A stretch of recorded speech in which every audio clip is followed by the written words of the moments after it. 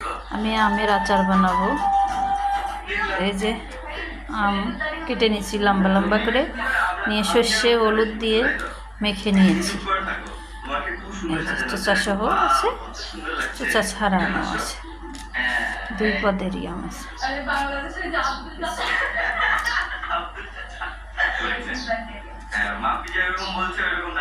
এখন এগুলো আমি এই যে কড়াইতে দিয়ে দেব, দিয়ে হালকা করে ভেজে নেব। হালকা করে ভেজে এটা আবার গুঁড়ো করে নেব, নামিয়ে নেব।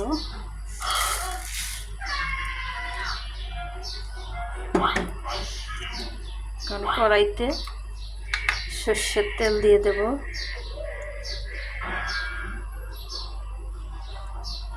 সর্ষের তেল দিলাম, এই যে রসুন কুচি দিয়ে দিলাম, দিয়ে নেড়ে চেড়ে নেব। এখন এই যে আমগুলো ঢেলে দেব। কড়াইটা রসুন হয়ে গেছে,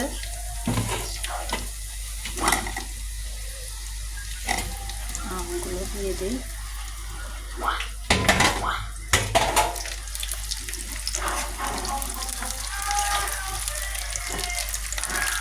এখানে হলুদ লবণ সর্ষে বাটা দিয়ে এটা মাখানো আছে, নেড়ে চেড়ে নিলাম। এখন দিয়ে দেবো আমের ভিতর এই যে চিনি, স্বাদ মতো চিনি, আর দিয়ে দেব গুড়।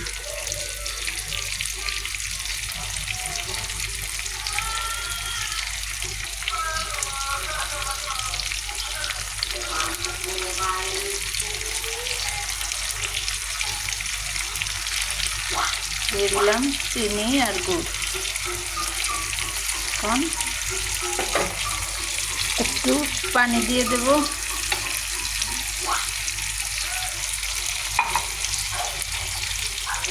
চিনি গুড় দেওয়ার পর পানি দিয়ে দিই, যাতে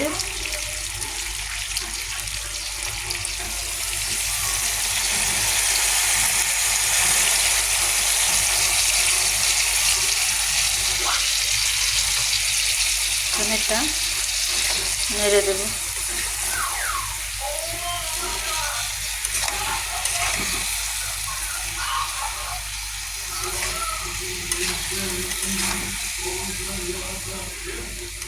জাল দেব কিছুক্ষণ। এই যে পানি বের হচ্ছে, একটু পানি দেওয়ার পর চিনি গলে গুড় গলে পানি হয়ে গেল, আম গলে পর নেড়ে চেড়ে আম। এখন এই যে ভেজে রাখা মশলাগুলো দিয়ে দেব।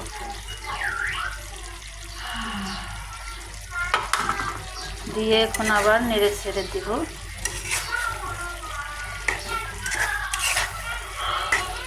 আবার 3 মিনিট আবার ভুনা করে নেব, কষিয়ে 3 মিনিট পর আবার একটু বিট লবণ দিয়ে দেব। বিট